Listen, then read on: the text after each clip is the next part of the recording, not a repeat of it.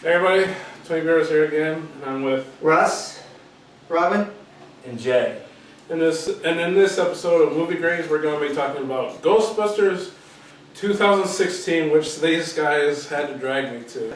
Ghostbusters 2016 is about three scientists and Patty who form a business to bust ghosts. They soon discover that someone has created a portal that brings ghosts into our world. It's up to them to stop this villain from destroying the world. We'll start with Russ, since obviously he's a big Ghostbusters fan.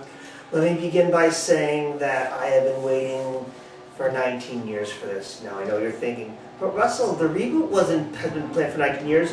That may be true, but Dan Aykroyd's been trying to get a sequel to Ghostbusters off the ground since 1997, which incidentally was around the time where I think Sony tested the waters with Extreme Ghostbusters. We know how that went. So from that time on, let's just say that basically you heard something here and there. Maybe it would get off the ground, maybe it wouldn't. Maybe Bill Murray would complain, maybe he wouldn't. But the thing is, I figured, you know what? If they could finally get the Fat Albert movie off the ground and all the developmental hell was going through, I could see Ghostbusters make it. No matter how many people told me, oh, Russell, just give it up. I was not going to give it up. I said I wanted to see Ghostbusters, and I was holding out hope till it would happen, and it happened. Paul Feig is doing the reboot here, and you know him for doing the movie The Heat with Melissa McCarthy. Oh yeah. Also worth noting, Paul Feig, by the way, was originally starring in Sabrina the Teenage Witch, and I adore the man. I think he's great. He's devoted to what he does. Now, I was still very skeptical when I heard that it was a female reboot with just a whole female cast, but the cast gave it their blessing, and I figured, you know what? If the original cast is going to get the blessing, I'm going to give it a chance. Besides, you got Melissa McCarthy. I can't complain. She is hot. So, basically, okay, so you heard from me. Let's hear what everyone here thought. I think I'm just mostly disappointed in the way things came out. I was hoping for a Ghostbusters 3, but then I thought, okay, we're not going to get a Ghostbusters 3 after the passing of Harold Ramis. So I thought, well, maybe a passing of the torch movie. And we didn't get that either, so we got this reboot. So I'm more disappointed of what could have been than what we got. And I just have to say, it's not a terrible movie by any means, but it's not really that good either. I'd say it's mediocre at best, and it felt like a paint by the numbers movie. In other words, it was like a checklist. Okay, we need this, we need that, we need this, and it's like, okay, we got this formula, we're gonna do it. And it didn't feel like it was a passion project like the first one felt like. It didn't feel like, okay, we really want to do this. It's like, okay, like you were saying, Sony has these so many properties, and okay, we got Ghostbusters. Let's do something with it. They weren't really passionate about it, in my opinion. I'd just like to comment. It's interesting you should mention that, because everyone they brought the movie to maybe do a sequel off of, no one wanted to touch it. They thought it was like toxic. And the strange thing about that is, this was my thinking, folks. I was thinking, wait. You had no problem doing Crocodile Dundee 3, but Ghostbusters specifically is a toxic franchise which you will not touch after the second movie. Please explain this. That to me made no sense. Coming from me, seeing the trailers was like, even though we had the lovely four starlets, you know, Melissa McCarthy, Kristen Wiig, Kate McKinnon, and Leslie Jones. Thank you guys. But knowing that 3 of the 4 all came from Saturday Night Live, I kind of had high hopes, and with Melissa McCarthy, I thought they all had chemistry. It was a necessary reboot. I mean, and we got to see the chicks, and the girls got Chris Hemsworth, so they needed their eye candy, obviously. But I thought each character had their own specific strong points, and of course, some of the original cast is there for cameos, giving their way of blessing, passing the torch, and we even got to see a couple of the ghosts from the first Ghostbusters. We even got a few some surprise cameos, which go see the movie. I'm not gonna do that one. It was surprisingly better than what I thought. Sony just definitely didn't market this right. No. One thing I would like to mention. Sorry to interrupt you. I'll let you get here in a sec. I just want to mention one thing regarding each of the 4 Ghostbusters. I know people will be saying, okay, which one's Egon, which one's Winston, which is... Don't even be thinking that going in, folks. They have their own personalities. It's their own thing. What I love about this movie is not a remake or anything. It may sure have elements from the previous movies, make references, but no, this stands on its own. And that's one of the best things I think about it. Yeah. I really enjoyed the movie a lot. You know, I had a lot of high hopes going in. I enjoyed the trailers. I thought the trailers were really well done. I mean, me and Russell saw a trailer in theaters before. It was the Civil War or whatever movie, or a few of them actually, a few movies we saw, and I enjoyed the trailers. And I went in this movie expecting a lot, and I got what I expected, probably even more than what I expected. I think this movie was very well done. I think a female cast was the right direction to go. I mean, like I said, after Hal Ramis passed away, it was kind of hard to, you know, redo a movie with just, you know, Bill Murray, Ernie Hudson, and Dan Aykroyd. I'm not saying it couldn't be possible, but who would fill that spot for Egon?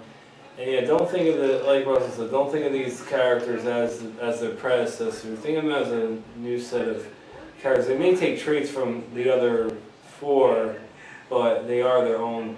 They have their own personalities, and it was a fun movie. And like I said, I enjoyed all four girls. You know, and of course Chris Hemsworth. I've always enjoyed him. You know, as Thor, and I think he did really well at the end of the movie, where his personality really shined, because it was more like be more of an action instead of kind of staying behind at the reception desk, kind of being kind of idiotic, but he was still funny in his own right.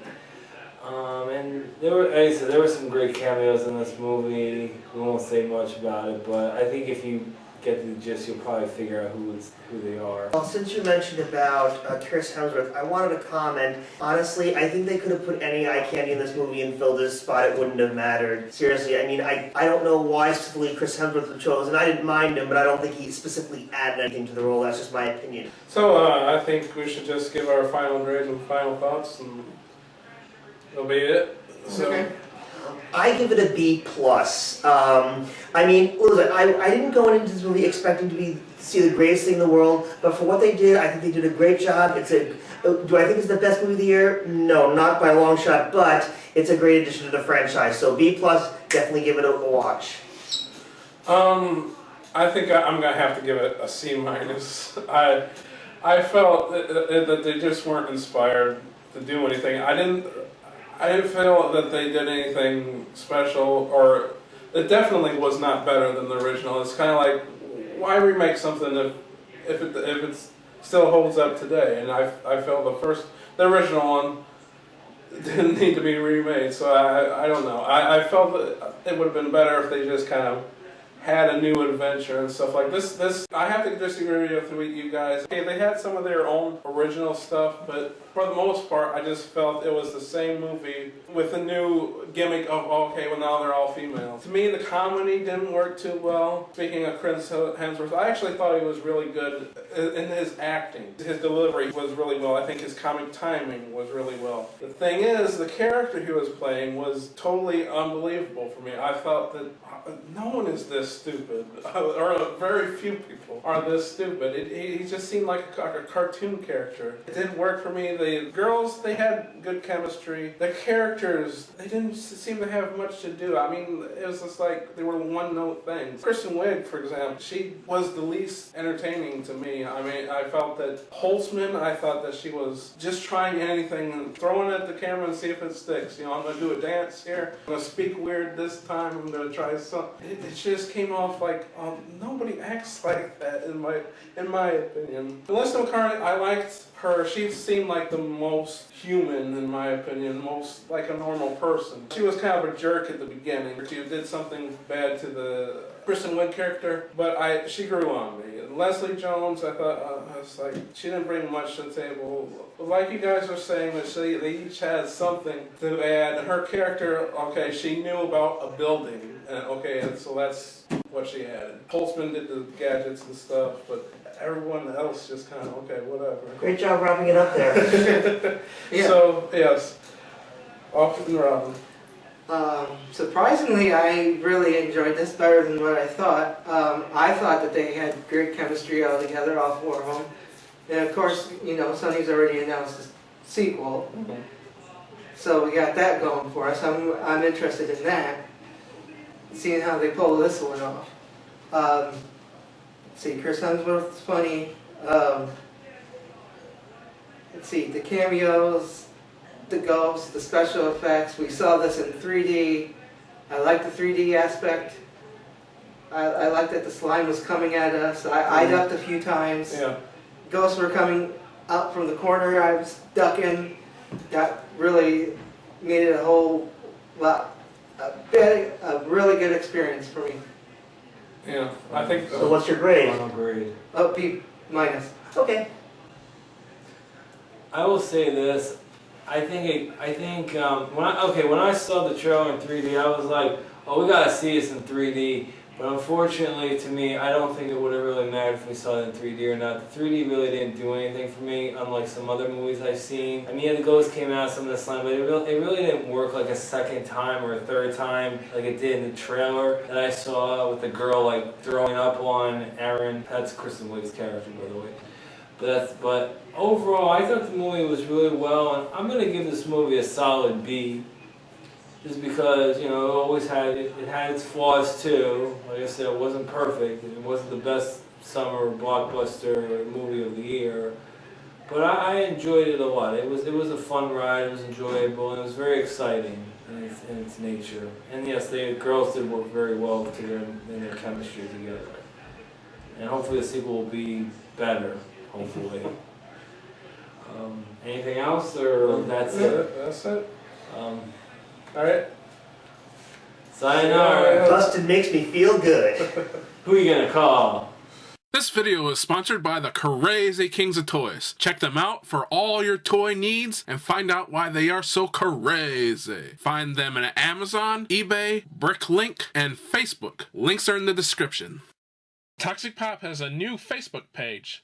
Like it to see pictures and keep informed about our upcoming events and videos. A link is in the description. Go to www.facebook.com/toxicpop1.